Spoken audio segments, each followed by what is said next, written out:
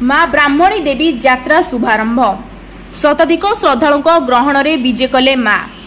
गंजाम जिला सांस्कृतिक संपन्न सहर बेलकुंठार ऐतिहासिक 2 वार्षिक मां ब्राह्मणी देवी यात्रा अवसर में पवित्र अक्षय तृतीया तिथि में मां ब्राह्मणी देवी निज स्थानीय मंदिर को बेलकुंठा आगमन कर अस्थायी पीठ में विराजमान कर। आज संध्यारे मां बाप घर बेलकुंठा आज कोड़ीसाही तरफ साही बासिंदा सहरवासी बाजा बाण पटुआर सहित संध्या 8 घटिका समय स्थायी मंदिर अभिमुखे बाहरी थिले।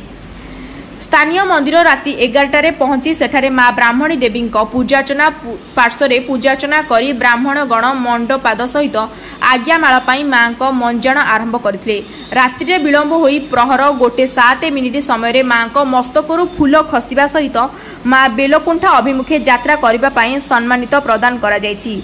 मां ब्राह्मणी देवी सम्मानित पई परे घंट मृदंग हुलहुली जय जयकार ध्वनि नाम बेलकुंठा शोभायात्रा आरंभ होइतला। दिन सारा उपवास करिथिबा शताधिक महिला रास्ता सारा मां को अपेक्षा करथिले। मां ब्राह्मणी देवी आज्ञा मिलित फूल को मां बापा मस्तकरे धारण करी बेलकुंठा सहर अभिमुखे बाहरी थिले।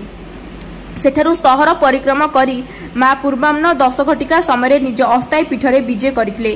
प्रकाश थाउ कि आसंता 29 रे मां प्रथम नगर परिक्रमा करथिबा सूचना मिलिछि एवं आसंता 7 तारिख रे विभिन्न तरफरु नगर परिक्रमा कराजिबे बोली जणा पड़िछि।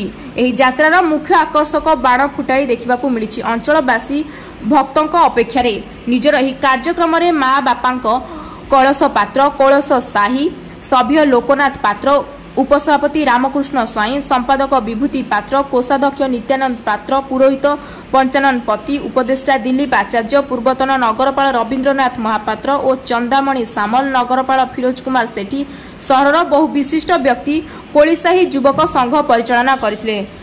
बेलकुंठारू शिवराम चौधरी रिपोर्ट युवशक्ति न्यूज ओडिशा।